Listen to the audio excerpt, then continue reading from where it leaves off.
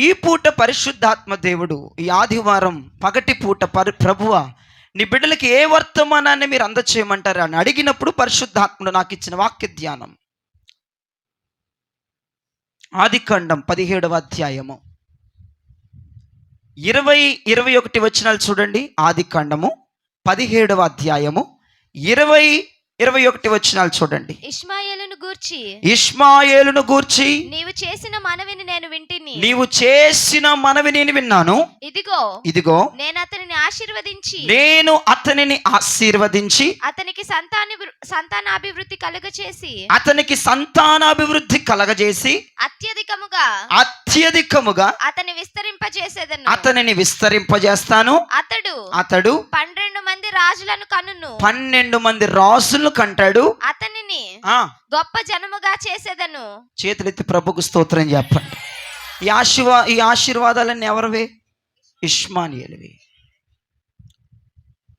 ఇక్కడ ఇష్మాయేలు బలమైనటువంటి ఆశీర్వాద పుత్రుడిగా మనకు కనబడుతున్నాడు. నేను ఆశీర్వదిస్తున్నాను అతన్ని అంటున్నాడు. దేవునికి స్తోత్రం. నీ మనవని నేను ఆలకించాను. అబ్రహ్మా నీ మనవి నేను ఆలకించాను. ఆ ఇష్మాయేలు విస్తరించబోతున్నాడు. ఆ ఇష్మాయేలు అభివృద్ధి చెందబోతున్నాడు. ఆ ఇష్మాయేలు ఏంటి గొప్ప చేయబోతున్నాడు. ఆ ఇష్మాయేలు కడుపులో ఎంతమందట? 12 మంది రాజకీయవేత్తలను పుట్టించబోతున్నాను. ఇంకా కింద మాటలు చదువుకోండి. అయితే వచ్చే సంవత్సరం ఈ కాలమందు ఇదే కాలమున శారా నీకు కనబోయే ఇస్సాకుతో నా నిబంధనను స్థిరపరుస్తానని చెప్పాడు. గట్టిగా చప్పట్లు కొట్టి ప్రభువుకి మాత్రమే స్తోత్రాలు చెప్తూ వినండి. గమ్మత్తు, ఆశ్చర్యం, అద్భుతం, అమోఘం ఏంటంటే ఇక్కడ ఇష్మాయేలుకేమో 4-5 రకాల బ్లెస్సింగ్స్ ఇస్తే ఇక్కడ ఇస్సాకుకేమో ఒక్క రకమైన ఆశీర్వాదమే విడుదల చేశాడు ప్రభు.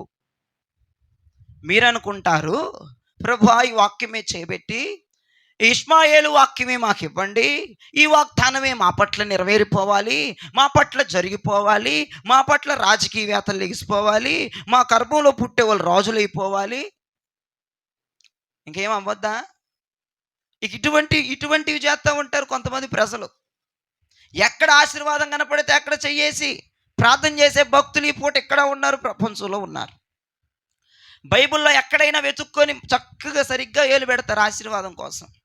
ఏ మాట ఆశీర్వాదం దొరికిద్దో ఆ మాట మీద చేయబెట్టే రిసీవింగ్ అంటారు. దాన్ని పొందుకోవడానికి ప్రయత్నాలు చేస్తారు, దాన్ని అనుభవించడానికి ప్రయత్నాలు చేస్తారు. ఒక మాట నేను చెప్తున్నాను, ఈ పూట మీరు జ్ఞాపకం చేసుకోండి. ఒక్కసారి ఇష్మాయేలు గురించి మళ్ళొక్కసారి చదవమ్మా, నేను లెక్కేస్తాను అతని ఆశీర్వాదాలు. ఇష్మాయేలును గూర్చి నీవు చేసిన మనవి నేను విన్నాను. ఇదిగో నేను అతన్ని ఆశీర్వదిస్తాను. ఎలా ఆశీర్వదిస్తాడు చూడండి. ఎలాగా? అతనికి సంతానాభివృద్ధిని కలగజేస్తాను. ఒకటి, అత్యధికముగా అతని విస్తరింపజేసేదను. అత్యధికంగా విస్తరింపజేస్తాను. 2, అతడు 12 మంది రాజులను కనును. 12 మంది రాజులు అతని గర్భవాసమున పుడతాడు. 3, అతనిని గొప్ప జనముగా చేసేదను. గొప్ప జనంగా చేస్తాను. 4, ప్రైజ్ లార్డ్ చెప్పండి. ఈ 4 ఆశీర్వాదాలు ఎవరికి ఇచ్చాడు దేవుడు?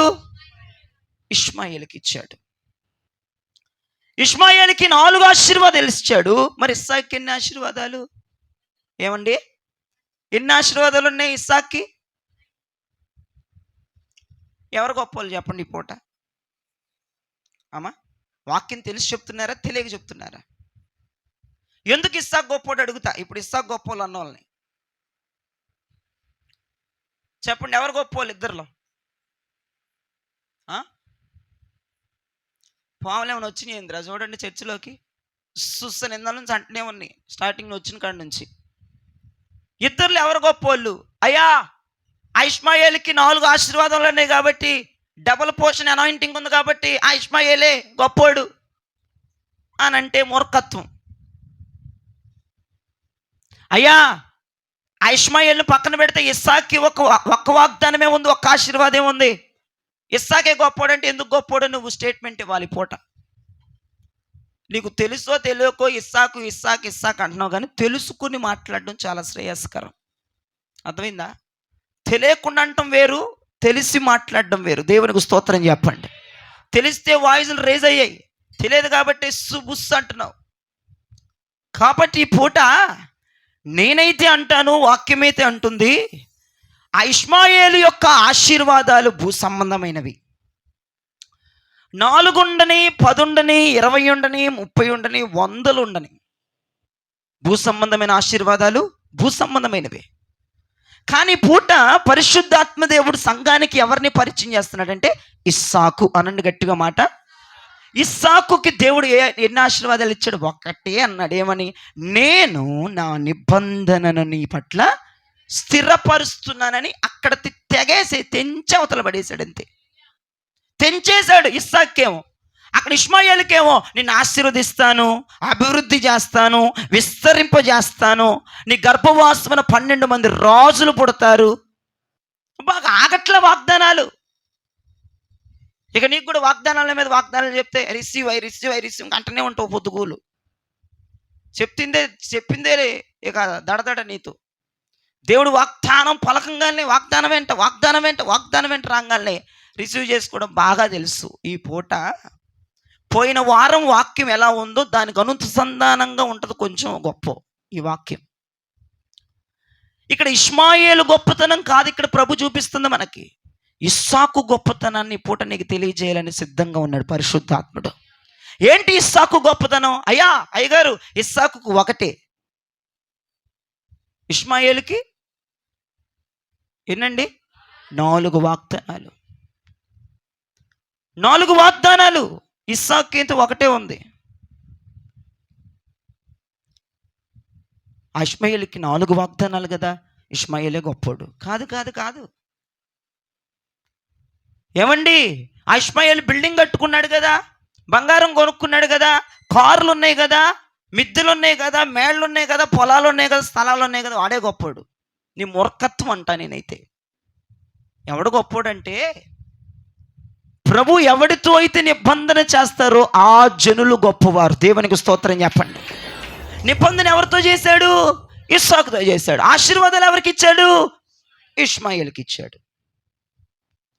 ఇష్మాయేలుకేమో ఆశీర్వాదాలు ఇచ్చి ఇస్సాకేమో నిబంధన ఇచ్చాడు. ఈ పూట ఆశీర్వాదాలు ఎంతమందికి కావాలి? నిబంధన ఎంతమందికి కావాలి? అసలు నిబంధన ఏంటో చెప్పమ్మాయి.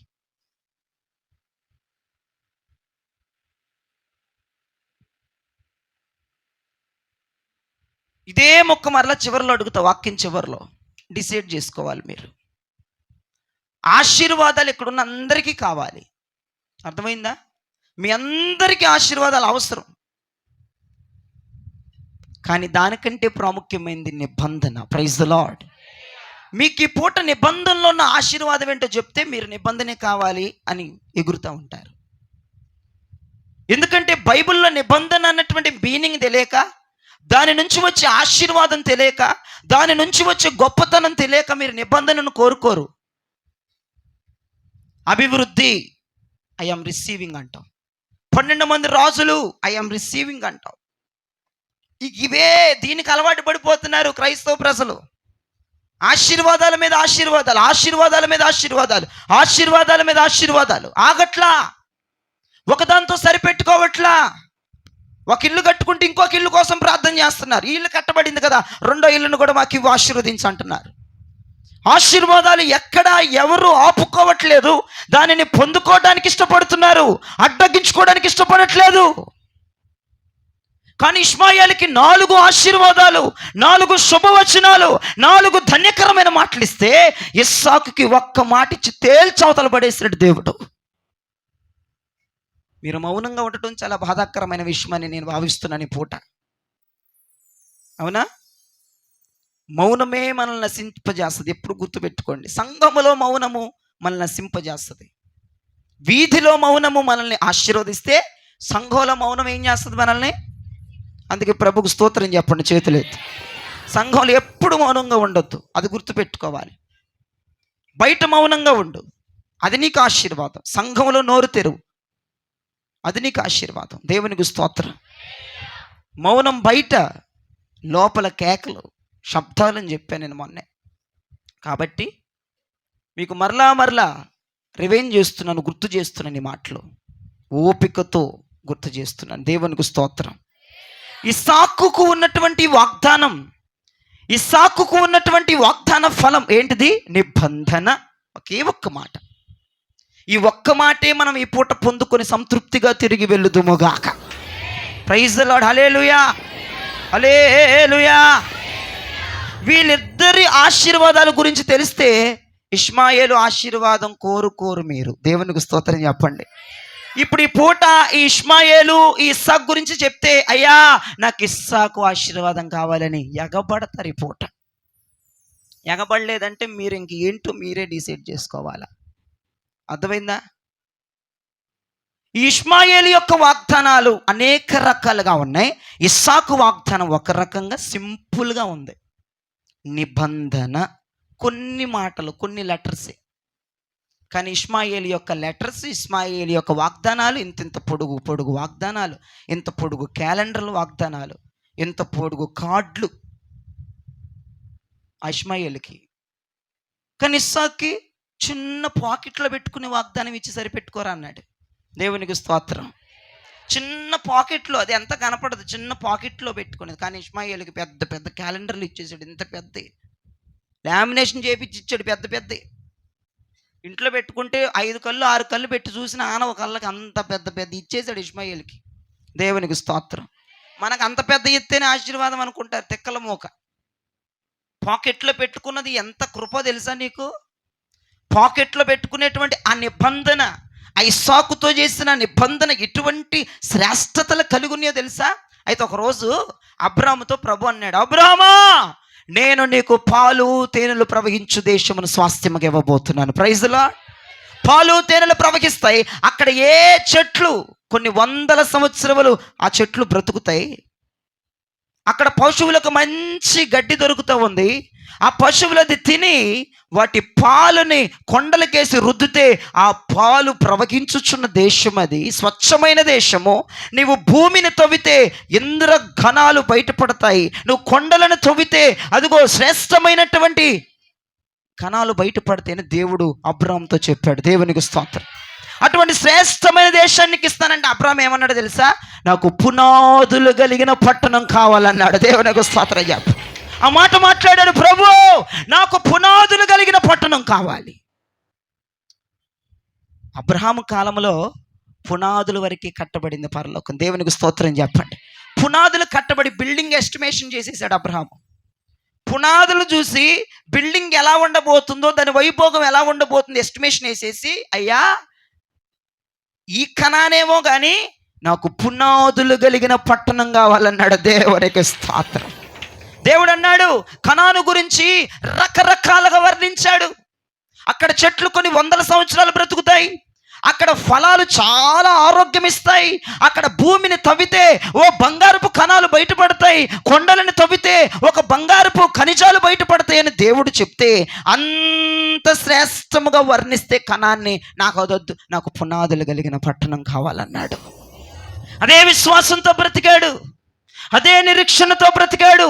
అందుకే పాత నిబంధనలో మీరు భక్తులను చూస్తే పరవాసులుగా బ్రతికారు. దేవునికి స్తోత్రం చెప్పండి. అబ్రాహాము ఒక పరవాసిగా బ్రతికాడు. అబ్రామా నీ ఊరేదయ్య అంటే నా ఊరిది కాదు అనేవాడంట. మరి నివసిస్తున్నావు కదయ్యా, టెంపరీ, నాది ఇది కాదు, పునాదులు కలిగిన పట్టణం నా ఊరు అనేవాడంట. అంటే అబ్రహాము యొక్క వైభోగము, అబ్రహాము యొక్క ఆలోచన, అబ్రహాము యొక్క మనస్సు పునాదులు కలిగిన పట్టణం మీద ఉంది.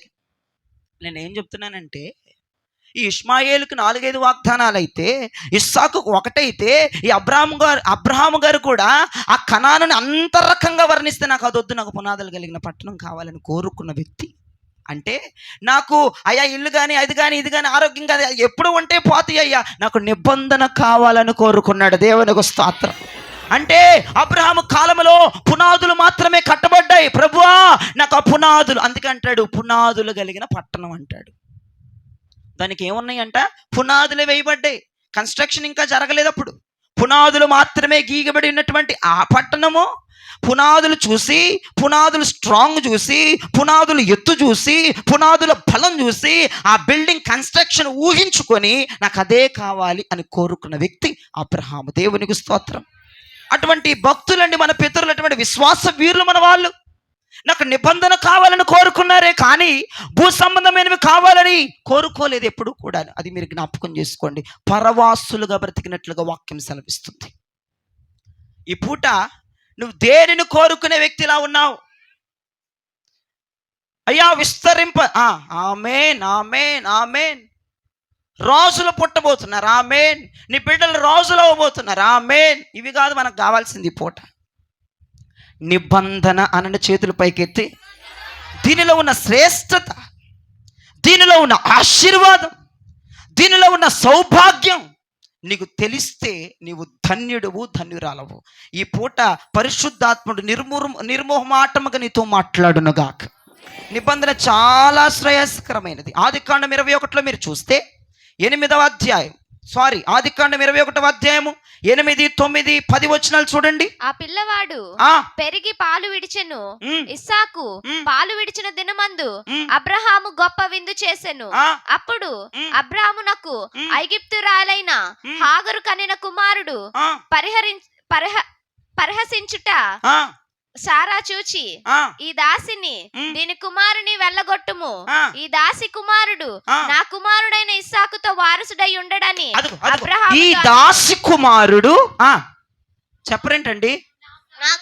ఈ దాసి కుమారుడు నా కుమారుడైన ఇస్సాకుతో వారసుడై ఉండడని. చేతులు పైకెత్తి ప్రభుకు స్తోత్రం చెప్పండి.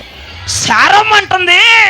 ఏమండి, దాసి కుమారులు ఎక్కడైనా వారసత్వం వస్తుందా? దాసి పిల్లలకి ఎవరికి వారసత్వం? ఎవరికి వారసత్వం? ఎవరికి వారసత్వం అంటే నిబంధన చేయబడిన వారితో. దేవునికి స్తోత్రం. ఏంటి వారసత్వం? ఇస్సాకు వారసత్వం. ఇస్సాకు వారసుడు. ఈ హాగరుకు పుట్టినవాడు వారసుడు ఎలా అవుతాడు? అబ్రామా అని సారమ్మ అబ్రాముతో అంటుంది. ఎలగొట్టు దాన్ని, దాసిని దాసి పిల్లవాడిని ఎలగొట్టు.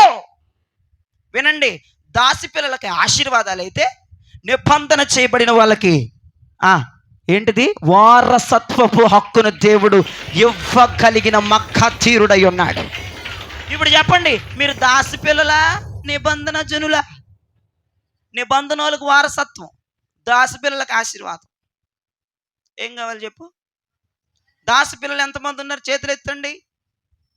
దేవునికి స్తోత్రం. మీరు చాలా కన్నింగ్ మైండ్ కలిగిన వాళ్ళు. మీరు నిబంధన జనులు ఎంతమంది ఉన్నారు? చేయి పైకెత్తండి.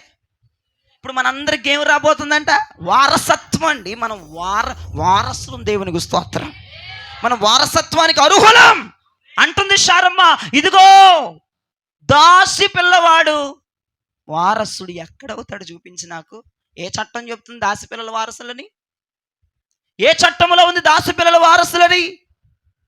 దాసి పిల్లల వారసులు కాదు, నిబంధన చేయబడిన వారు వారసత్వానికి అర్హులుగా మార్చబడతారు. దేవునికి స్తోత్రం. ఈ పూట ఆశీర్వాదాలు కావాలనుకున్న వాళ్ళందరూ దాసి పిల్లలే. భూములు, పొలాలు, డబ్బు, తిండి, ఇక ఇదే యావా పొద్దుగోకులు. ఇక దీనికోసమే పరిగెత్తే వాళ్ళు, ఇవే కావాలని ఎంపర్లు పడే వాళ్ళు, వీళ్ళు దాసి వాళ్ళు వారసులు ఎవరు? వారసులు ఎవరు? మన వారసత్వమును సంపాదించుకోవాలి. మన పరలోక రాజ్యమునకు వారసత్వమును పొందుకోవాలి. మన పరలోక రాజ్యములో వారసములుగా నిలబడాలి. దాసి పిల్లలుగా కాదు, తప్పు చేసిన వాళ్ళుగా కాదు, మొహమాటంగా కాదు, వారసులం. దేవునికి స్తోత్రం కలుగునగా. మన వారసులం అండి. ఇస్సాకు నిబంధన చాలా శ్రేష్టమైనది. ఇస్సాకు వారసత్వాన్ని పొందాడు. హాగరు కొడుకు ఈయన ఇష్మాయేలు. 4-5 వాగ్దానాలు ఉన్నాయి, పెద్ద పెద్ద ప్రేములు. ఆయన ఏంటిది? దాసి పిల్లోడంట, వారసుడు కాదంట. 4-5 వాగ్దానాలు ఉన్నాడికి. ఒకే వాగ్దానం. నిబంధన చేసిన బిడ్డలే వారసులవుతారు. ఒకే ఒక్క మాట అంతే. నిబంధన చేసుకున్న వాళ్ళే. దేవుడు ఎవరితో అయితే నిబంధన చేస్తాడో వాళ్ళే వారసులు. ఆశీర్వాదాల కోసం, వాగ్దానాల కోసం, వాగ్దత్వ వాగ్దత్వం వాటి కోసం వాగ్దానాల్లో క్యాలెండర్ల మీద పడిపోయి ఈ పూట నేను ఆశీర్వదించునా ఆమేన్. ఏదన్నా వచ్చిందనుకో, కొంతమంది భక్తులు చదువుతూ ఉంటారు. 1వ తారీఖు కింద వాక్యం ఉంటుంది, 2వ తారీఖు కింద వాక్యం ఉంటుంది, 3వ తారీఖు కింద వాక్యం ఉంటుంది. ఉంటుందా? 30 దాకా 31 దాకా ఉంటుంది. 1వ తారీఖు నిన్ను ఆశీర్వదించదను అని ఉంటుంది. 2వ తారీఖు బాగానే ఉంటుంది. 3వ తారీఖు ఎగస్ట్రాల చేత కొట్టేదను అని ఉంటుంది. అది తీసుకోవేక. 1వ తారీఖు ఏమో పొద్దు నుంచి సాయంత్రం దాకా ఆశీర్వాదం ఆశీర్వాదం. 3వ తారీఖు ప్రార్థన చెయ్యవు, అది చదివి సైలెంట్గా తలదించి బయటకు పోతావు. నీకు ఎందుకు చదువుకోవడం క్యాలెండర్లో వాగ్దానాలు? నీ మొఖం. నువ్వు క్యాలెండర్లో వాగ్దానాలు తీసి 1 నుంచి 30 కానీ 31 కానీ 31 దాకా కానీ అన్ని ఆశీర్వాదాలే ఉండవు. కొన్ని హెచ్చరికలు ఉంటాయా ఉండవా? నేను అబద్ధం చెప్తున్నాను, నిజం చెప్తున్నానా? కొన్ని హెచ్చరిక చేస్తాడు. ఆ హెచ్చరికలు అసలు మనకు అసలే పనికిరావు. ఆశీర్వాదాలు ఏరుకుంటావు. 31 తారీఖుల్లో ఆశీర్వాదాలు ఏరుకొని దానికోసమే ప్రార్థనలు చేసేసి దానికోసమే పడిగాపులు పడేవాళ్ళు ఇప్పుడు ఎవరంటున్నారు? అక్కడ వాక్యంలో శారమ్మ ఎవరంటుంది? దాసి పిల్లలాళ్ళు. ఏమండోయ్, వారసత్వం ఉన్నవాళ్ళు వీటి కోసం ఏరుకోరు, దజ్జాగా బ్రతుకుతారు. వారసత్వం కలిగిన వాళ్ళు, ఆస్తికి మొత్తం మనమే వారసులం.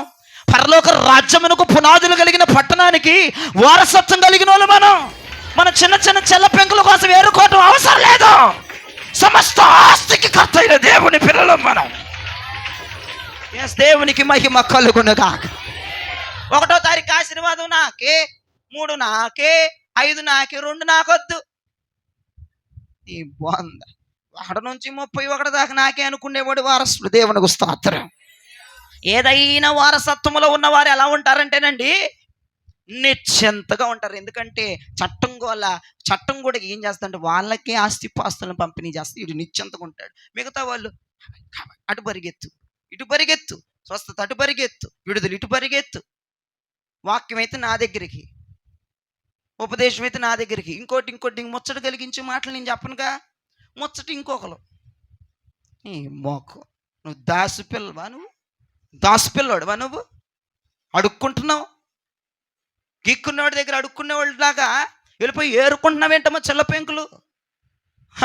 మనల్ని ఏరుకునేటట్టు చేయలే, మొత్తానికి ఆస్తికి కర్తలు చేసేసాడు మన దేవుడు. అర్థమైందా? సృష్టికి ఆధారభూతుడు, పూజార్హుడు, కారణభూతుడైన దేవుని పిల్లలముగా మనం ఉండి గడ్డి పూసను ఏరుకునే పిచ్చిదానా, మొత్తం అంతా నిమిషాల్లో రాసి నీ పేరు మీద ఆస్తి పంపిణీలు చేయగలిగిన సమర్థుడు నా దేవుడు. ఏమనుకుంటున్నావు? ఏరుకుంటున్నావు. నీ బతుకు ఎక్కడికి వెళ్ళి ఏరుకుంటున్నావు? ఏం కావాలని ఏరుకుంటున్నావు? ఉపదేశాలు విని బాగుపడతావు. దేవునికి స్తోత్రం చెప్ప. అర్థమవుతుందా? ఇక్కడ అంటుంది శారమ్మ, ఆఖరి పిల్లోడు ఎలా అవుతాడు వారసుడు? నా కొడుకే వారసుడు అవుతాడు. దాసి పిల్లలు ఎన్నటికీ వారసుడు అవరు. అది గుర్తుపెట్టుకో. మీరు దాసి పిల్లలైతే ఎగబడండి ఆశీర్వాదాల కొరకు. వారసత్వం అయితే నిశ్చంతగా ఎప్పటికైనా వచ్చి మన చేతిలోనే పడిద్ది ఆస్తి. దేవునికి స్తోత్రం.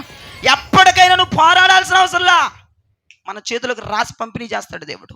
నీ మీద నమ్మకం కుదరాలిగా దేవునికి. అంతేనా? ఈరోజు తల్లిదండ్రులు ఏం చేస్తారు? నన్ను చూసిన వాళ్ళకి ఎత్త ఆస్తి, నన్ను చూసిన వాళ్ళకి అంటే అక్కడ ఎలా దిగజారిపోయిందో చూడండి. ప్రపంచం, దేశం అంటే చూడట్లేదని అర్థం. చూసినోడికే ముద్దంట, చూసినోడికే ఇల్లులంట, చూసినోడికే పొలాలంట. ఆడేమో పొలాల కోసం ఇల్లు కోసం ఏమని ప్రేమిస్తాడు ఇలా అమ్మని. అమ్మ నా కొడుకు బంగారం ముద్దు పగడం రాగి అని ఏం పోకిడేస్తా ఉంటుంది. నీ వెనక ఆస్తి రాస్తానన్నావుగా, ఆ విషయం నీకు తెలియదు. నేనేం చెప్తున్నానంటేనండి, వారసత్వములో ఉన్నవారు ఎప్పుడు కూడా నిశ్చంతగా ఉంటారు. యేసయ్యకు స్తోత్రం చెప్పండి. ఎప్పటికైనా నా దగ్గరికి రావాల్సిందే. కాబట్టి మనందరం దాసి పిల్లల్లాగా ఉందుదుముగాక. మీరు చాలా జాగ్రత్తగా వినండి. దేవుని యొక్క కృపా వాక్ అబ్రహాముకి సంతానం ఎక్కువే ఉన్నప్పటికీ కూడా ఒకసారి చూడండి, రోమీలకు రాసిన పత్రికలో భక్తుడు అంటాడు, 9వ అధ్యాయము 6, 7, 8 వచనాలు చదవండి. రోమీలకు రాసిన పత్రిక 9వ అధ్యాయము 6, 7, 8. అయితే దేవుని మాట తప్పిపోయినట్టు కాదు, ఇశ్రాయేలు సంబంధులందరూ ఇశ్రాయేలీయులు కారు. అబ్రహాము సంతానమైనంత మాత్రము చేత అందరూ పిల్లలు కారు గాని ఇస్సాకు వల్లనైనది నీ సంతానము అనబడును. చేతులెత్తి ప్రభుకు స్తోత్రం చెప్పండి. అబ్రహాముకి 8 మంది సంతానం ఉంటే 7 వారసులు దేవునికి స్తోత్రం చెప్పండి. కానీ ఇస్సాకునే దేవుడు వాగ్దాన ఫలముగా అనుగ్రహించాడు అబ్రహాముకు. దేవునికి స్తోత్రం. అబ్రహాముకి 8 మంది ఉన్నారు, కానీ ఆ 7 వేరు, ఇతను వేరు. ఎందుకంటే ఇతను నిబంధన చేయబడిన వాడు. దేవునికి స్తోత్రం. ఇప్పుడు మన నిబంధన గుంపులో ఉండాలి, వచ్చి ఏదో దేవుడి పిల్లల్లో కలిసిపోవడం కాదు. దేవుడి పిల్లలు అనేక మంది కదా, అబ్రహాము సంతానం అనేక మంది, మా నాన్న అబ్రహాము అంటే కుదరదు. నిబంధన చెయ్యబడిన వారిగా మిగిలిపోవాలి. దేవుని పిల్లల్లోనే ఏ పిల్లలు ఉన్నారు? నిబంధన చేయగలిగిన వారు, నిబంధనతో పుట్టినవారు, వాగ్దానముతో పుట్టినవారు, నిబంధనతో బ్రతుకుతున్నవారు. శ్రేయస్కరమైన వాక్యం సెలవిస్తుంది ఇక్కడ. అందరం దేవుడి పిల్లలే, అందరూ క్రైస్తవులే, బైబిల్ పట్టుకున్న వాళ్ళు అందరూ క్రైస్తవులే. మరి నిబంధన చేయబడిన వాళ్ళేరి, వాళ్ళది కదా వారసత్వం. దేవునికి మహిమ కలుగునుగాక. మీరు ఇంకా చూస్తే ఆదికాండం 25వ అధ్యాయం 5-6 వచనాలు చూస్తే, ఆదికాండం 25వ అధ్యాయం మంచి మాట నేను మీకు పరిచయం చేస్తా. 5-6 వీరందరూ కెతూరా సంతతి వారు అబ్రహాము తనకు కలిగినది యావత్తు ఇస్సాకు ఇగో హలో అబ్రహాము తనకు కలిగిందంత ఎవరికి ఇచ్చాడు? గట్టిగా చెప్పండి. వీళ్ళందరూ ఎవరి సంతానం? కెతూరా సంతానం అండి. అబ్రాహాము చేసుకున్నటువంటి ఆ కెతూరా సంతానం అనబడేది వారసత్వంలోకి రాదు. ఇస్సాకుకి అబ్రహాముకి కలిగిందంత ఇచ్చాడంట. చదవండి. అబ్రహాము తన ఉపపత్నుల కుమారులకు ఏమి ఇచ్చాడు చూడండి. బహుమానములిచ్చి తాను సజీవుడై ఉండగానే తన కుమారుడకు ఇస్సాకు నొద్ద నుండి తూర్పు తట్టుగా చేతులు పైకెత్తి ప్రభుకు స్తోత్రం చెప్పండి. అబ్రహాము ఉపపత్నుల కుమారులకేమో బహుమానాలు ఇచ్చాడంట. నీకు బహుమానాలు కావాలా, నిబంధన కావాలా? నిజం చెప్తున్నావా, అబద్ధం చెప్తున్నావా? నువ్వు మాట్లాడేది నిజమేనా? ఇంకొకసారి స్వస్థత అనరా చంపు చెల్లు అనిపిస్తా నీకు. మాటలు మాట్లాడడం కాదు, హలో, మాటలు వదలటం కాదు. అబ్రహాము కలిగిందంతా ఎవరికి ఇచ్చేశాడు? ఇస్సాకిస్తే అబ్రహాము ఉపపత్నుల కుమారులు ఉన్నారే, ఇది తీసుకోరా, నీకు 4 గ్రాములు ఉంగరం, నీకు చంపలు చోలీరు, నీకు వడ్లాలు పంచుతున్నాడు. వాళ్ళకి చండాలంగా బహుమానాలు చూసి మురిసిపోతున్నారు కొంతమంది దాసిపిల్లలు ఇక్కడ ఉన్నవాళ్ళు. అమ్మయ్యా నాకు ఇల్లు ఇచ్చేసాడు, సోత్రం, నాకు నిబంధన ఇచ్చాడు, సోత్రం. నేను అంట గట్టిగా, నాకు ఇల్లు లేదు, నీకు ఇల్లు ఉంది, నాకు నిబంధన ఉంది. దేవునికి స్తోత్రం. నేనేం చెప్తున్నానంటే, కొంచెం ఎడ్యుకేషన్ పర్సన్గా బైబుల్ని చదివి పిండేసి ఆరేసిన వాళ్ళలాగా ఉందామండి కొత్త. మరి పాలు తాగే వయసులో ఉన్న వాళ్ళకి నాకు ఆలోచించొద్దు దరిద్రంగా. స్టేజ్లు మారుతున్నాయి, రోజులు మారుతున్నాయి, సంవత్సరాలు మారుతున్నాయి, కాలాలు మారుతున్నాయి. జ్ఞాపకం చేసుకోండి, ప్రభు త్వరగా రాబోతున్నాడు. ఇంకా బహుమానాల కోసం, దేవుడిచ్చేటువంటి ఆ ఇల్లు కోసం, దేవుడిచ్చే ఆరోగ్యాల కోసం ఇవన్నీ వద్దండి. వారసులు ఎప్పుడు వారసులే. వారసులకి చెందాల్సిన ఆస్తిపాస్తులు దేవుడు మన పేరు మీద ట్రాన్స్ఫర్ చేస్తాడు. నువ్వు నమ్మకంగా ఉండు. అర్థమైందా? నీ ఆస్తి ఎప్పుడు నీకే వస్తుంది, ఎక్కడికి పోదు, ఎవ్వడికి పోదు. దేవునికి స్తోత్రం చెప్పండి. అర్థమైంది? దాసి పిల్లలు కకృతోళ్ళు అడుక్కుంటారు అంతే. చూడండి, అబ్రహాము యొక్క ఉపపత్నుల పిల్లలకేమో బహుమానాలు ఇచ్చి, ఇస్సాకుకేమో అబ్రహాము ఏదైతే కలుగున్నాడో అదంతా అబ్రహాము ఇస్సాకు పేరు మీదకి ట్రాన్స్ఫర్ చేశాడు. దేవునికి స్తోత్రం చెప్పండి. మొత్తం అబ్రహాము కలుగున్నదంతా ఎవరికి ఇచ్చాడు? ఇస్సాకు. నిబంధనలో ఉన్న వారికే ముందు వారసత్వం. దేవునికి స్తోత్రం. నిబంధనలో ఉన్నవారికి పునాదులు కలిగిన పట్టణం. దేవునికి స్తోత్రం. నిబంధనలో ఉన్నవారికి ముందు మాట. దేవునికి స్తోత్రం. ఇక్కడ 5వ వచనంలోనేమో ఆయనకున్నదంతా ఇస్సాకు రాసేసాడు. 6వ వచనంకి వచ్చేటప్పటికి ఉపపత్నుల కుమారులు దాసి పిల్లలకి పంచుతున్నాడంట. మిగిలింది పంచుతున్నాడంట. మిగిలింది కావాలా, వారసత్వం కావాలా? అబ్రహాముకు కలిగిందంతా కావాలన్న వాళ్ళు దేవునికి స్తోత్రం చెప్పండి. నాకు అదంతా వచ్చేటప్పుడు టైం పట్టింది, కానీ బాబయ్యా నాకు స్వస్థతనే మొక్కయి, డబ్బునే మొక్కయి అనుకున్నాం అనుకో, నీకు వేస్ట్లో వేస్ట్. నువ్వు ఇక ఎందుకు పనికిరావని అర్థం. అర్థమైందా? వారసత్వపు బ్రతుకులు బ్రతకండి. దేవునికి స్తోత్రం చెప్పండి. వారసుల్లాగా కండలు ఎరగదీసి బ్రతకండి. ప్రపంచంలో మేము వారసులం, మేము నిబంధన జనులం. దేవునికి మహిమ కలుగునగాక. ఎవరమంట మనము? అందుకే రాజబాబు గారు అన్నారు కదా, ఏమన్నారు? ఏం చెప్పారు నీతో నిన్న? చనిపోయి చాలా సంవత్సరాలు అవుతుంది ఆయన. దేవునికి మహిమ కలుగునగాక. ప్రభులోకి వెళ్ళి చాలా సంవత్సరాలు అయిపోతుంది. మేము నిబంధన జనులం, మేము నిబంధన జనుల, యేసురాజు వచ్చెను ఇంకా కొంతకాలమే మోక్షమందు చేరెదము. వాడు యేసురాజు వచ్చెను ఇంకా కొంతకాలమే మోక్షమందు చేరెదను. మేము నిబంధన జనుల, మేము నిబంధన జనులం. పడాలి, మేము నిబంధన జనులం.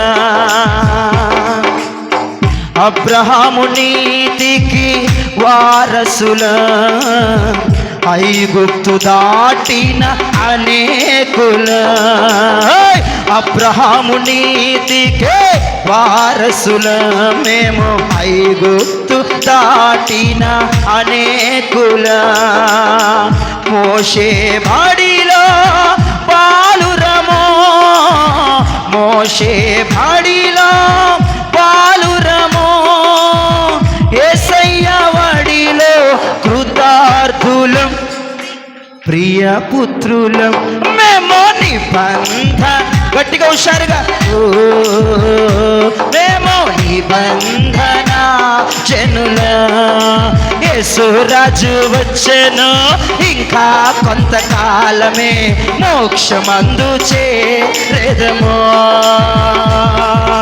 యేసురాజు వచ్చెను ఇంకా కొంతకాలమే మోక్షమందు చేరెదము. ఎవరు నీవు? మేము నిబంధన జనుల, మేము నిబంధన జనుల. విశ్వాసమే మా వేదాంతం, నిరీక్షణే మా సిద్ధాంతం. విశ్వాసమే మా వేదాంతం, నిరీక్షణే మా సిద్ధాంతం. వాక్యమే మా ఆహారం, వాక్యమే మా ఆహారం. ప్రార్థనే మా వ్యాయామం, అనుదినము మేము నిబంధన. గట్టిగా, మేము నిబంధన జనుల, యేసురాజు వచ్చెను ఇంకా కొంతకాలమే నేను మోక్షమందు చేరెదను. యేసురాజు వచ్చెను ఇంకా కొంతకాలం, రారాజు రాబోతున్న గడియలు. యేసురాజు వచ్చెను ఇంకా కొంతకాలమే నేను మోక్షమందు చేరెదను. యేసురాజు వచ్చెను ఇంకా కొంతకాలమే మోక్షమందు చేరెదను. అశేష ప్రజలులో ఆస్తికులం, అక్షయుడేసుని ముద్రికులం. అశేష ప్రజలలో ఆస్తికులం, అక్షయుడేసుని ముద్రికులం. పునరుద్ధానుని పత్రికులం, పునరుద్ధానుని పత్రికులం. పరిశుద్ధాత్ముని గోత్రికులం, యాత్రికులం. మేము నిబంధన, స్వరం తెరవ, మేము నిబంధన జనులం. నజరేయుని ప్రేమ పొలిమేరలో సహించుటే మా ఘన నియమం. నజరేయుని ప్రేమ పొలిమేరలో సహించుటే మా ఘన నియమం. క్షమించుటే ఇలా మా న్యాయం, క్షమించుటే ఇలా మా న్యాయం. భరించుటే మా సౌభాగ్యం, అదే పరమార్థం. మేము నిబంధన, మేము నిబంధన జనులం. యేసురాజు వచ్చెను ఇంకా కొంతకాలమే మోక్షమందు చేరెదను. యేసురాజు వచ్చెను ఇంకా కొంతకాలమే మోక్షమందు చేరెదను. నిబంధన జనుల మేము నిబంధన జనుల క్రీస్తే సేమా భక్తికి పునాది పునరుద్ధానుడే ముక్తికి వారధి. క్రీస్తే సేమా భక్తికి పునాది పునరుద్ధానుడే ముక్తికి వారధి. పరిశుద్ధాత్ముడే మారద సారథి. పరిశుద్ధాత్ముడే మారద సారథి. ప్రభు యేసే మా ప్రధాన కాపరి. బహు నేర్పిరి మేము హుషారుగా నిబంధన చేయబోతున్నాడు ఈ పూట దేవుడు. నిబంధన జనుల మేము రోషంతో చెప్పు, నేను నిబంధనతో చేయబడిన జనాన్ని. నిబంధన జనుల యేసురాజు వచ్చెను ఇంకా కొంతకాలమే మేము మోక్షమందు చేరెదను.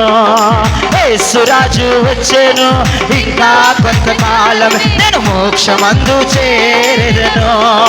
యేసురాజు వచ్చెను ఇంకా కొంతకాలం నేను మోక్షమందు చేరెదను. యేసురాజు వచ్చెను ఇంకా కొంతకాలం నేను మోక్షమందు చేరెదను. నేను నిబంధన జనుల నేను నిబంధన జనుల మేము నిబంధన జనుల మేము నిబంధన జనుల. గట్టిగా చప్పట్లు కొట్టి ప్రభుని స్తుతిస్తూ గట్టిగా చప్పట్లు కొట్టి మనం నిబంధనతో చేయబడిన జనాలం.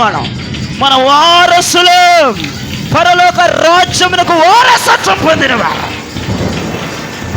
దాసి పిల్లలము కాదు, నిబంధన చేయబడిన వారసుల పిల్లలం మనం. ప్రైజ్ ది లార్డ్ చెప్పండి చేతులెత్తి. ఈ పూట ఒక 5 విషయాలు తొందరగా చెప్పి వదిలిపెడతాను.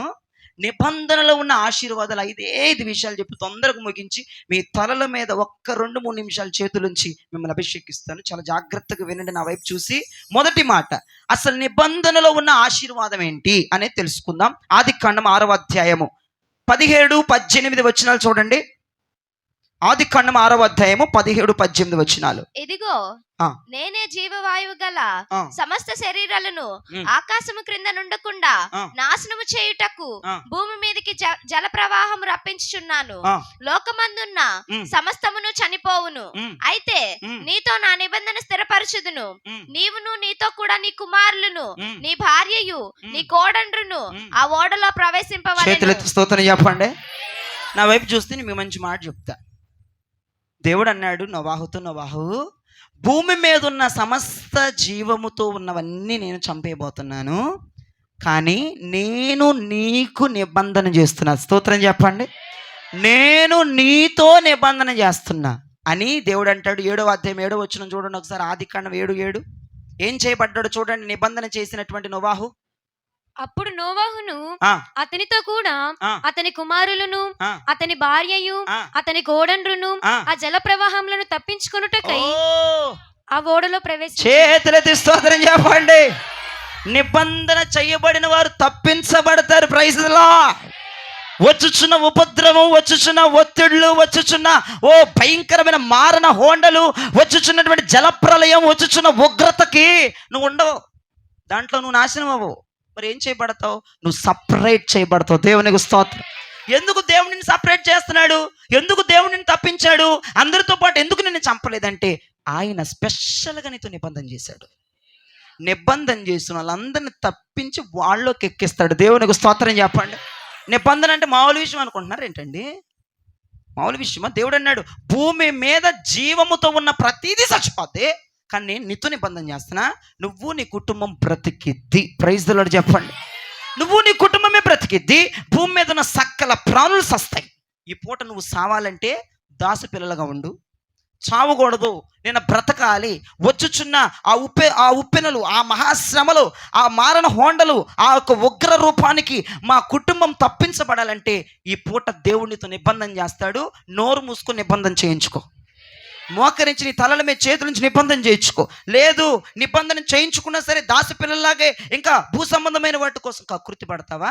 విను విను విను. వాడలో ఉన్నోళ్ళు రక్షించబడ్డారా? వాడ బయట ఉన్నోళ్ళు రక్షించబడ్డారా? అమ్మా, 30 లక్షలు పెట్టి ఇల్లు కట్టావు, కాదంట్లా నేను, తప్పనట్లా. కట్టుకున్నావు, నీ కష్టార్జితం, నీ చెమటోర్చు ఇల్లు కట్టుకున్నావు.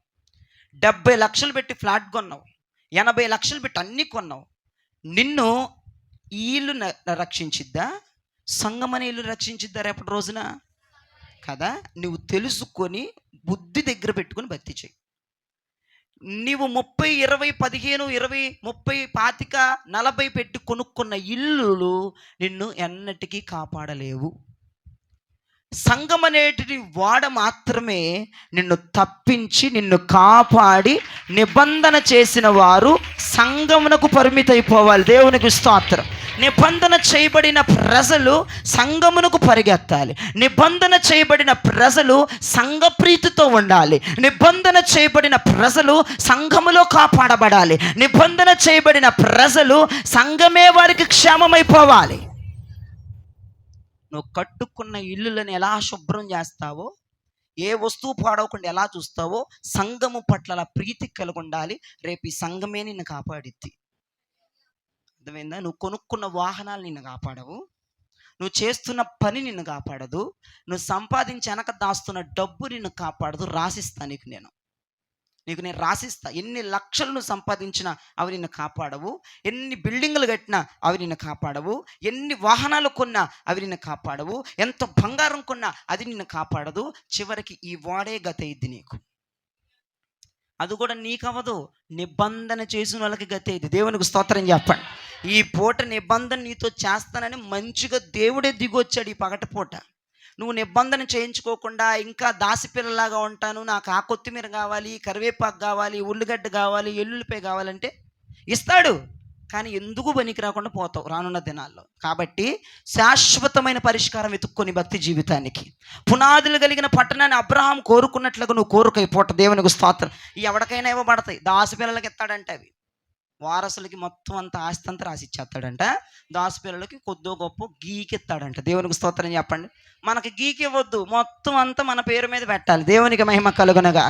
ఆస్తి మొత్తం పరలోక ధననిదంతా, పరలోక మహిమంతా నీ పేరు మీదకి ట్రాన్స్ఫర్ అవ్వాలంటే నువ్వేం చేయబడాలా? అది చేసుకో ఫస్ట్. అర్థమైందా? ఆస్తి అంటే చాలు, హల్లెలూయా ఆమేన్ స్తోత్రం. నిబంధన చేసుకో ఫస్ట్, నిబంధన చేయించుకో ఫస్ట్, నిబంధన జనులుగా మారు ఫస్ట్. అప్పుడు రాబోతున్న ఉప్పెన నుంచి నువ్వు తప్పించబడతావు. నోవాహు తప్పించబడ్డా లేదా? నోవాహు కుటుంబం తప్పించబడిందా లేదా? ఎందుకు తప్పించబడింది? నిబంధన చేశాడు దేవుడు. నోవాహు, నేను నీతో నిబంధన. ఎవరితో అయితే దేవుడు నిబంధన చేస్తాడో వస్తున్నాయి. రానున్న దినాల్లో వరదలే కాదు, భూకంపాలు రాబోతున్నాయి. భయంకరమైన భూమి కంపించబోతుంది. భూమి దాని కక్షలు దాటబోతున్నాయి. దేవుడు నాకు ప్రవచనం ద్వారా మీకు మాట్లాడారు, మీరు విన్నారో లేదో.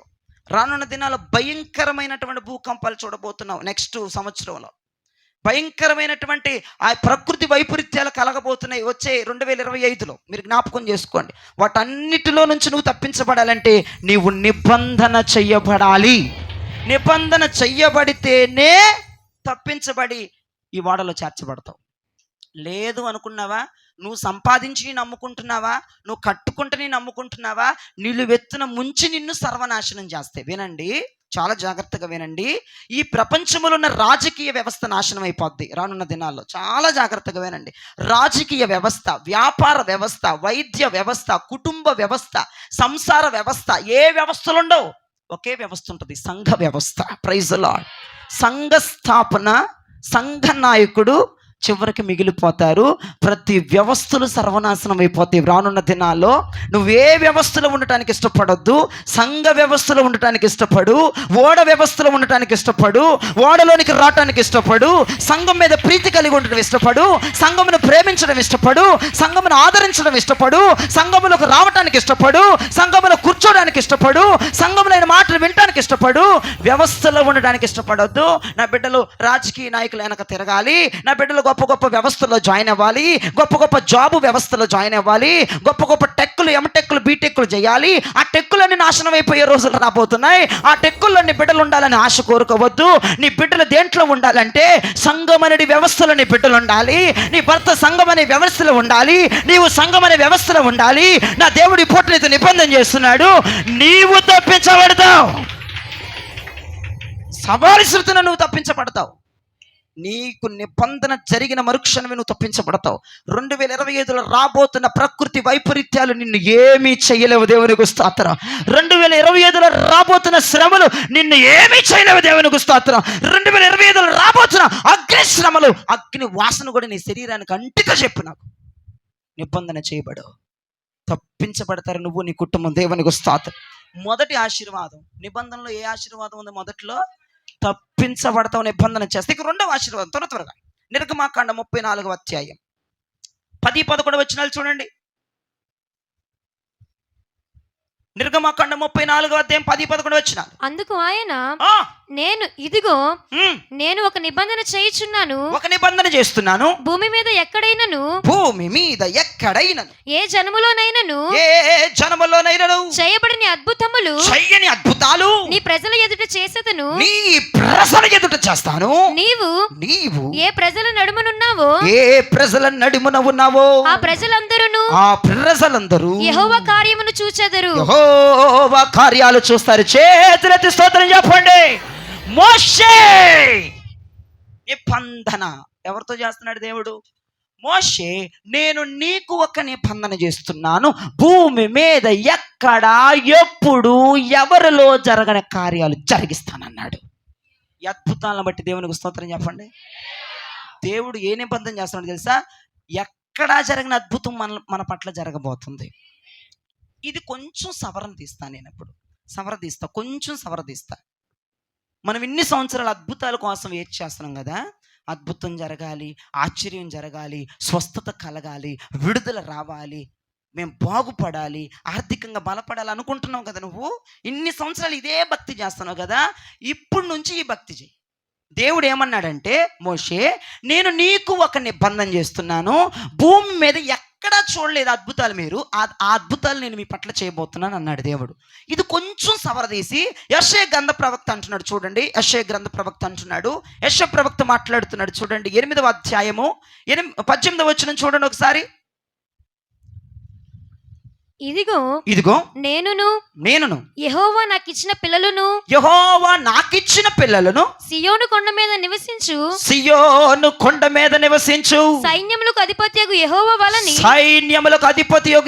వలన సూచనలుగాను మహత్కార్యములుగాను ఇశ్రాయేలీయుల మధ్య ఉన్నాము. మీకు అర్థం అవ్వలేదనుకుంటే యాక్చువల్గా యెషయా అంటున్నాడు, యెషయా ప్రవక్త అంటున్నాడు, నేనును ఇంకా యెహోవా నాకిచ్చిన పిల్లలు. ఇక ఆపమ్మాయి, నేను నా పిల్లలు. నేను అద్భుతాల కోసం చూడం, మేమే ఒక అద్భుతంగా మారిపోతాం, మేము సూచనలుగా ఉంటాం, మేము అద్భుతాలు. అదేనా అక్కడ ఉంది? అదేనా? ఒక్కసారి చదువు ఆ మొక్క. నేనును యెహోవా నాకు ఇచ్చిన పిల్లలను సియోను కొండ మీద నివసించి సైన్యములకు అధిపతియగు యెహోవా వలన ఎలా ఉన్నారంటే ఇప్పుడు వాళ్ళు సూచనలుగా మేము ఉన్నాము, మహత్కార్యాలుగా మేము ఉన్నాము, ఇశ్రాయేలీయుల మధ్యలో దేవుడు మమ్మల్ని పెట్టాడు అన్నాడు. దేవునికి స్తోత్రం. అద్భుతాల కోసం ఎదురు చూసేవారు మీరే ఒక అద్భుతంగా మారిపోతే ఎంత బాగుంటుందో. సూచక క్రియల కోసం ఎదురు చూసేవారు మీరే ఒక సూచక క్రియగా మారితే ఎంత బాగుంటుందో. క్షణాలు నిన్ను చూసనాలి, ఒరే నువ్వు ఒక అద్భుతం రా అమ్మాయి, నువ్వు ఒక అద్భుతం అమ్మాయి, ఒరే నువ్వు ఒక సూచక క్రియరా, ఒరే నువ్వు ఒక మహత్కార్యం రా. నిబంధన చేస్తున్నాడు ఈ పూట దేవుడు. దేవుని చేత నిబంధన చెయ్యబడిన వారు ఎట్లా మారతారో తెలుసు? ఒక అద్భుతంగా మారతారు, ఒక వండర్గా మారతారు, ఒక ఆశ్చర్యంగా మారతారు. నిబంధన ఎంతకు దారి తీస్తుందో తెలుసా? అద్భుతాల కోసం అడుక్కునేటట్టు చేయదు నిబంధన, నిన్నే ఒక అద్భుతంగా మార్చేస్తుంది. ఎస్, నిన్నే ఒక అద్భుతంగా మార్చిద్ది, నిన్నే ఒక సూచక్రియగా మార్చిద్ది. ఎంతమందికి ఇలా ఉండాలని ఉంది? నేను ఒక అద్భుతంగా మారిపోవాలి, నా బంధువులకి నేను అద్భుతంగా మారిపోవాలి, నా ప్రపంచానికి అద్భుతంగా మారిపోవాలి, నా భారతదేశానికి అద్భుతంగా మారిపోవాలి, నా బంధువులకి అద్భుతంగా మారిపోవాలి, నా రక్త సంబంధాలకి ఒక అద్భుతంగా మారిపోవాలి. ఒక వండర్, నేను ఒక అదృష్టంగా మారిపోవాలి. అదృష్టం కోసం పరిగెత్తేవాడిగా కాదు, నేనే ఒక అదృష్టంగా మారిపోవాలి.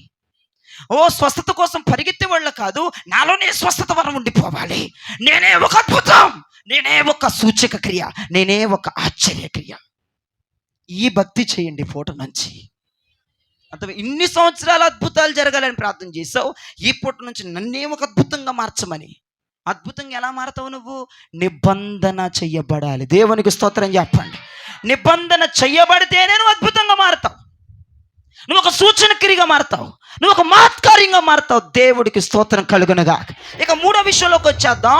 ద్వితీయోపదేశ కాండం 5వ అధ్యాయం 2 నుంచి 5 వచనాలు ఆగక స్పష్టంగా చదవండి. ద్వితీయోపదేశ కాండం 5వ అధ్యాయము 2 నుంచి 5 వచనాలు స్పష్టంగా చదవండి. మన దేవుడైన యెహోవా హోరేబులో మనతో నిబంధన చేసెను. యెహోవా మన పితరులతో కాదు, నేడు ఇక్కడ సజీవులమై ఉన్న మనతోనే ఈ నిబంధన చేసెను. యెహోవా ఆ కొండ మీద అగ్ని మధ్య నుండి ముఖాముఖిగా మీతో మాట్లాడగా మీరు ఆ అగ్నికి భయపడి ఆ కొండ ఎక్కలేదు గనుక యెహోవా మాట మీకు తెలియజేయుటకు నేను యెహోవాకును మీకును మధ్యను నిలిచి ఉండగా యెహోవా ఇలాగు సెలవిచ్చెను. చేతులెత్తి ప్రభుకు స్తోత్రం చెప్పండి. నా వైపు చూడండి. మోషే మాట్లాడుతున్నారు, నాయకుడు, గొప్పవారు, దైవజనులు మోషే మాట్లాడుతున్నారు. ఇజ్రాయేలు ప్రజలారా, దేవుడు మనకు ఒక నిబంధన చేశాడు, గుర్తుందా? ఏంటయ్యా? ఏ నిబంధన చేశాడు తెలుసా? దేవుడు ఇశ్రాయేలు ప్రజలకి, నేను మీతో ముఖాముఖిగా మాట్లాడేదను. ప్రైజ్ లార్డ్ చెప్పండి. ఏమన్నాడు?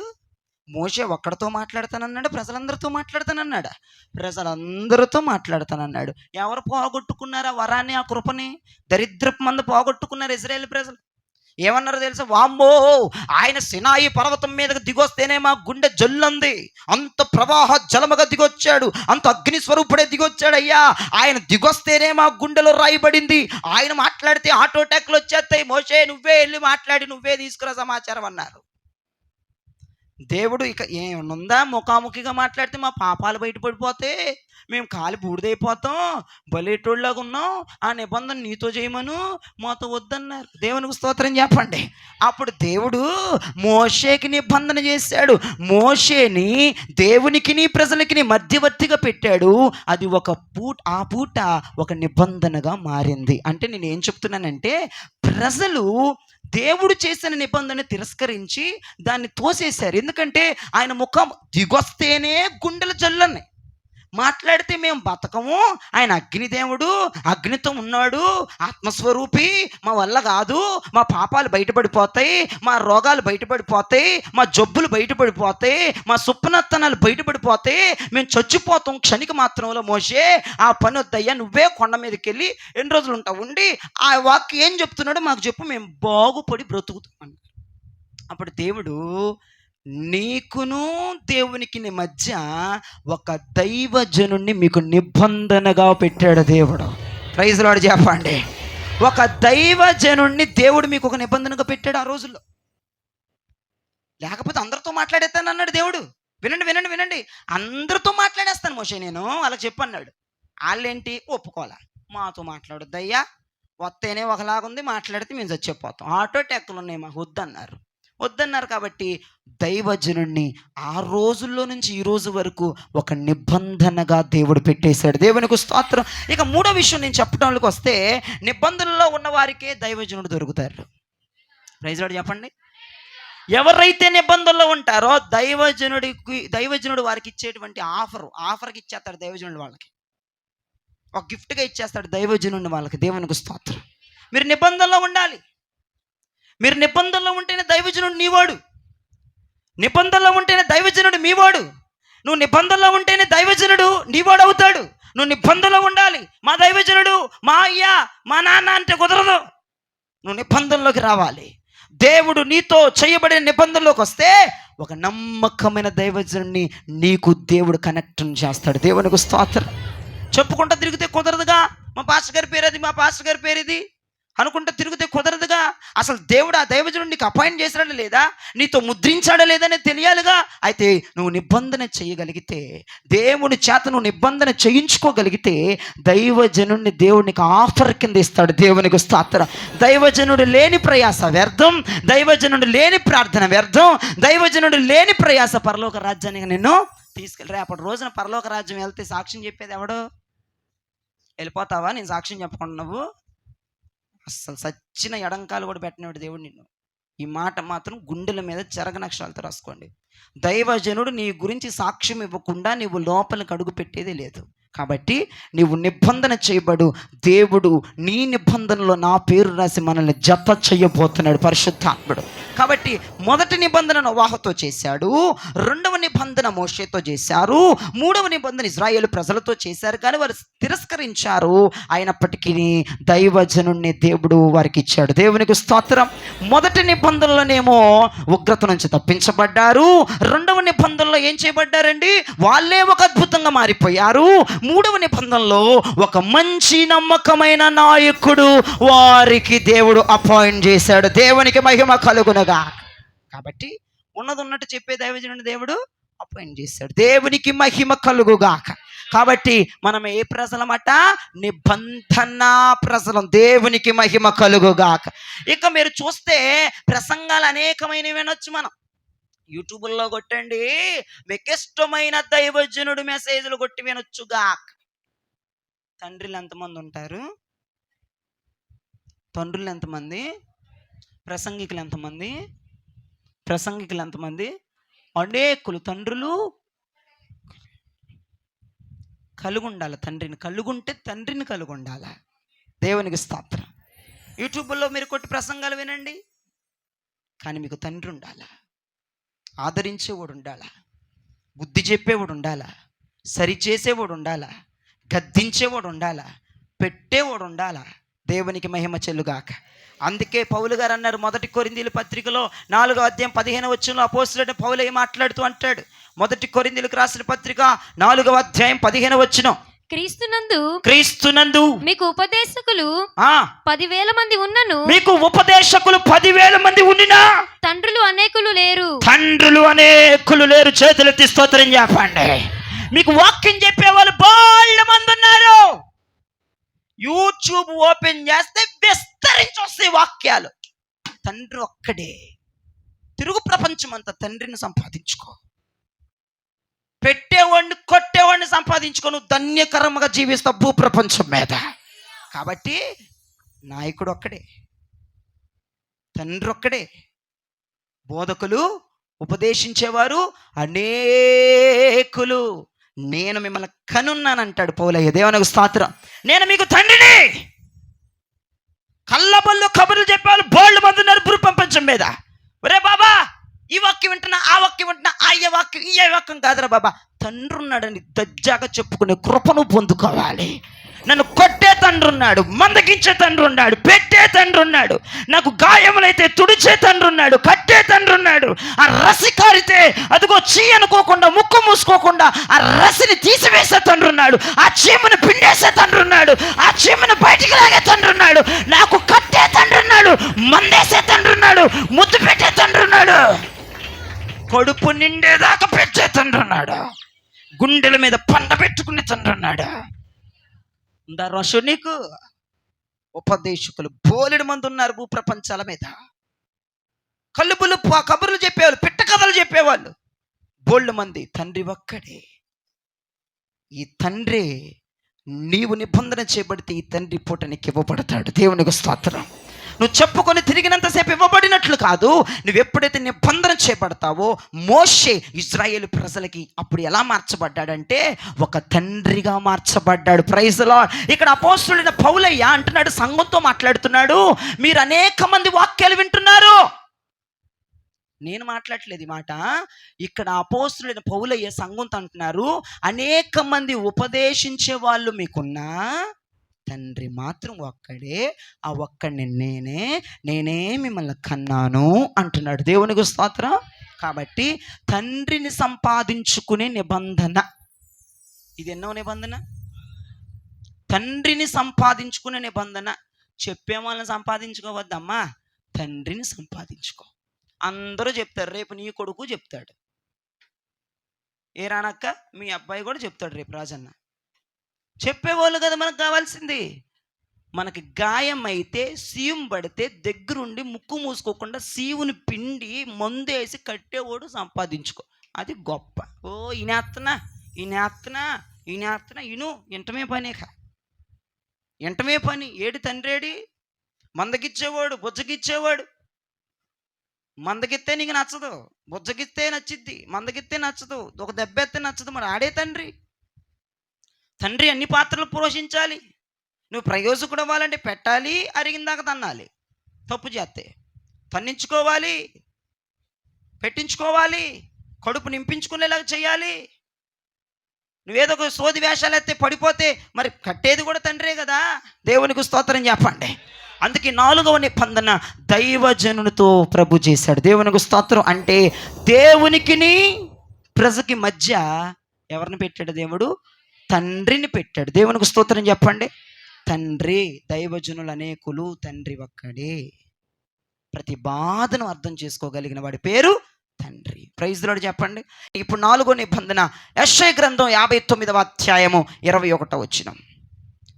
యెషయా గ్రంథం 59వ అధ్యాయం 21వ వచనం. నేను వారితో చేయు నిబంధన ఇది, నీ మీదనున్న నా ఆత్మయు నేను నీ నోట నుంచిన మాటలను నీ నోట నుండి, నీ పిల్లల నోట నుండి, నీ పిల్లల పిల్లల నోట నుండి ఈ కాలము మొదలుకొని ఎప్పుడునూ తొలగిపోవు అని యెహోవా సెలవిచ్చుచున్నాడు. చేతులెత్తి ప్రభుకి స్తోత్రం స్తోత్రం స్తోత్రం స్తోత్రం స్తోత్రం స్తోత్రం స్తోత్రం స్తోత్రం స్తోత్రం స్తోత్రం స్తోత్రం స్తోత్రం స్తోత్రం. ఇవన్నీ అర్థమైన స్తోత్రాలా, వ్యర్థమైన స్తోత్రాలా? అర్థమైనయా? సిట్టమ్మాయి నవ్వుతున్నావు బుల్లి. అర్థమైన స్తోత్రాలు చెప్పారా, అర్థం కాని స్తోత్రాలు చెప్పారా? ఎందుకు స్తోత్రం స్తోత్రం స్తోత్రం స్తోత్రం అనిచ్చాను తెలుసా?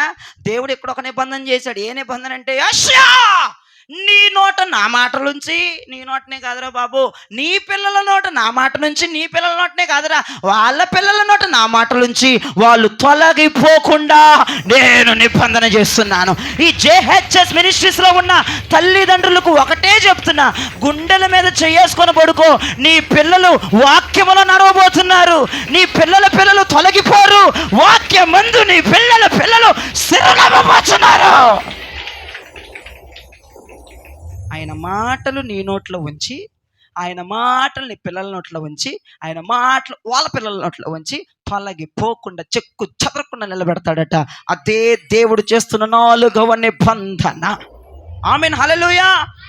నీ పిల్లల గురించి నిశ్చింతకుండా, అమ్మో ఈడు చొప్పున ఈడేమైపోతాడో, ఇదేమైపోద్దో, సిట్టెంటుకులది ఇదేమైపోద్దో, ఈడేమైపోతాడు శివుడు ముక్కోడు, ఇదేమైపోద్దో, నా పిల్లలు ఏమైపోతారు, నా వాళ్ళు ఏమైపోతారమ్మ తల్లి. నీ పొంద దేవుడి నిబంధన చేస్తున్నాడు.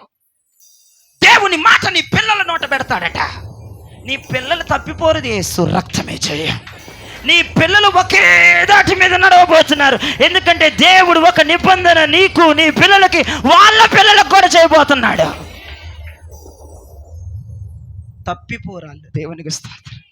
ఆయన నీతి నుండి, ఆయన యథార్థత నుండి, ఆయన పరిశుద్ధత నుండి తప్పిపోని ఆయన మాటలు పెట్టబోతున్నాడు. ప్రయోజకులు అవ్వబోతున్నారు. నీ పిల్లల పిల్లల్ని ప్రయోజకులు చేయబోతున్నాడు. వాక్యం అనే దాటి మీద నడిపించబోతున్నాడు. అదే 4వ నిబంధన. ఇక 5వ నిబంధనలోకి వచ్చేటప్పటికండి ఇర్మియా గ్రంథం 32 ముగించేసాను, అయిపోయింది. 40వ వచనం. ఇర్మియా గ్రంథం 32వ అధ్యాయం 40వ వచనం. నేను వారికి మేలు చేయుట మానకుండునట్లు నిత్యమైన నిబంధనను వారితో చేయుచున్నాను. వారు నన్ను విడవకుండునట్లు వారి హృదయములో నా ఎడల భయభక్తులు పుట్టించదును. నా ఎడల భయభక్తులు పుట్టించును. అండర్లైన్. ఇంకోటి, నేను మేలు చేయుట మానను, అండర్లైన్. నేను నిబంధన చేస్తున్నా. ఏ నిబంధన? నేను వారి పట్ల మేలు చెయ్యకుండా మానను. ఓకేనా? రెండవది, నా భయము వాళ్ళకి ఎల్లకాలం ఉండునట్లుగా నా నిబంధన JHS మినిస్ట్రీస్లో ఉన్న వారికి చేస్తున్నా. అరే వీడికి భయం భక్తి లేదురని అనరేక, భయభక్తులతో ఎదగబోతున్నావు. దేవుని భయం ఆయన మేలు చేయటం ఆపడు. దేవుని భయం కూడా మనలో అలానే ఉంటుంది. ఇది ఒక నిబంధన. దేవుని భయం ఉంటేనే మనం ప్రయోజకులం అవుతాం. భయం లేని వాళ్ళు బరి తెగించే వాళ్ళ జీవితాలు రానున్న దినాల్లో చూస్తావు కదా. నువ్వు ఉంటావు, నేను ఉంటా. బరి తెగించి మాటలు వినకుండా, వాక్యపు సరిహద్దుల్లో కట్టబడకుండా చెలరేగిపోతున్నారు. ఈనాటికి బాగానే ఉన్నారు, రేపు నాటికి బాగోరు. నువ్వు చూడు, నేను చూస్తాను. అర్థమైందా? అందుకే దేవుడు అంటున్నాడు, నేను మేలు చేయటం మానను. ఇంకోటి కూడా చెప్తున్నాడు అక్కడ, నా భయం వాళ్ళకు ఉండేటట్లుగా నిబంధన చేస్తున్నాను. దేవుని భయం లేకపోతే ఎట్టబడితే చేసేస్తావు, బరి తెగించేస్తావు, ఇక తెగించి ముందుకు అడిగేస్తావు. అందుకే నిబంధన చేయనివ్వండి, భయభక్తుల నిబంధన చేయనివ్వండి దేవుడిని. అందరూ ఆయన భయం కలిగి ఉందముగాక. అందరూ సైన్యములకు అధిపతియగు యెహోవా భయము కలిగి ఉందముగాక. మేలు చేయడం మాండంట ఆయన, మేలు చేయడం మాండంట. నీ పట్ల మేలు చేస్తాడంట. అది పట్టుకున్న దానివి ఇది కూడా పట్టుకో. భయభక్తులు కలిగి ఉండు, ఆయన కంట్రోల్లో ఉండు. దేవుడు అలాగను నీకు నిబంధన చేయనుగాక. ఎన్ని నిబంధనలు అయినాయి? మొదటి నిబంధన నిన్ను తప్పిస్తుంది. రెండో నిబంధన నిన్ను ఒక అద్భుతంగా మార్చిద్ది. మూడో నిబంధన నీకు ఒక తండ్రిని తీసుకొస్తుంది. నాలుగో నిబంధన నీ పిల్లల పిల్లల పిల్లల నోట్లో ఆయన మాట ఉంచి వాళ్ళు తొలగిపోకుండా చేస్తుంది. ఐదవ నిబంధన నీకు మేలు చేస్తుంది, నీకు భయభక్తులు ఉండేటట్లుగా. అర్థమైన వాళ్ళు చేతులెత్తి ప్రభుకు స్తోత్రం చెప్పండి. ఇప్పుడు చెప్పండి, ఫస్ట్ అడిగిన క్వశ్చన్ ఇప్పుడు అడుగుతున్నా. ఇష్మాయేలు ఆశీర్వాదం కావాలా, ఇస్సాకు ఆశీర్వాదం కావాలా? అదే చేతులెత్తి మంచిగా చెప్పండి. ఎందుకు కావాలి? నిబంధన ఏంటి ఇప్పుడు తెలిసిందా? 5 ఇంకా బోల్డ్ ఉన్నాయి చెప్పాలంటే, మనకు టైం లేదు కాబట్టి 5తో ముగిస్తున్నాను. దేవుని అప్పుడైనా మాట్లాడుకుందాం. వాక్య దేవుడు ఆశీర్వదించు.